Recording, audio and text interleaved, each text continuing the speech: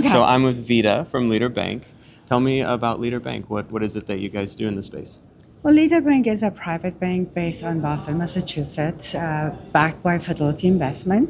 We entered the innovation and startup banking 4 years ago. We're growing crazy. We hired people from SVB, FRB, Signature Bank to bring the culture and to bring the innovation ideas to the bank. And we have been very successful. We are growing crazy. And I'm part of Leader Bank about 8 months ago, and I cannot be happier. It's a great choice. It was a great choice. People think of banks as, you get loans, you get investments. What does a bank mean in the ecosystem of the biotech world? Well, I guess the bank means they have to understand the process of the biotech because it's very different than any other field. So it takes longer.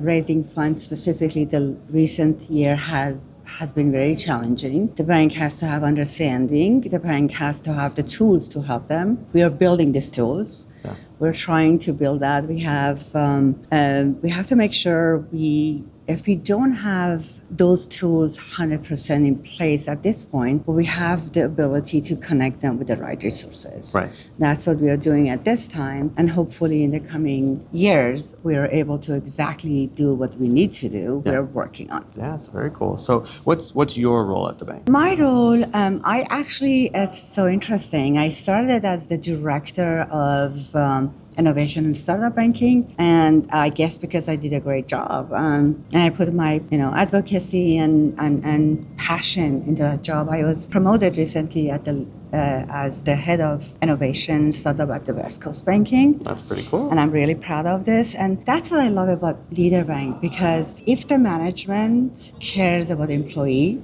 that means they care about people. Yeah, exactly. And that's what we need. And it's exactly what we need. And when people think banks, they don't think of passion. They don't think of care. They think of money. They think of cold, hard cash. And that's not the case, right? So what is your passion? What drives you every day and gets you out of bed to come to this job? Well, unfortunately, what people think about banking in most of the time is true. And the reason why it's true, because a lot of banks, they really care about you when you have a lot of zeros in front of your, but there are banks that they put, what gets me going is really building relationships, understanding the needs and being an advocate. That's what you need to be when you're in banking. Do I have to be an expert in biotech life science in order to be able to help my client? Obviously, knowledge is the key. Mm-hmm. So, and my background is in engineering, but I have learned so much from the past 2 and 3 years interaction with the biotech. But my passion is just be an advocate and help people to succeed. Yeah. What was your journey to get to this point? What's your background? My background is when I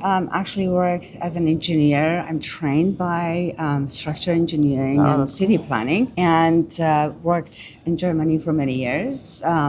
For government. Yep. And then for personal reason, I had to move to US in 2001. I ended up being in financial world. So I started with retail banking, business banking, and then the last 7.5 years, innovation and startup banking. And I was fortunate the last 2 years, I was really specifically helping biotech and life science and learn more, join organization. They are focusing on life science and biotech. And that's where I actually put my own passion, because it resonates with my own personal daily problem. Yes, very cool. So we're here at the Field of Dreams with BLPN.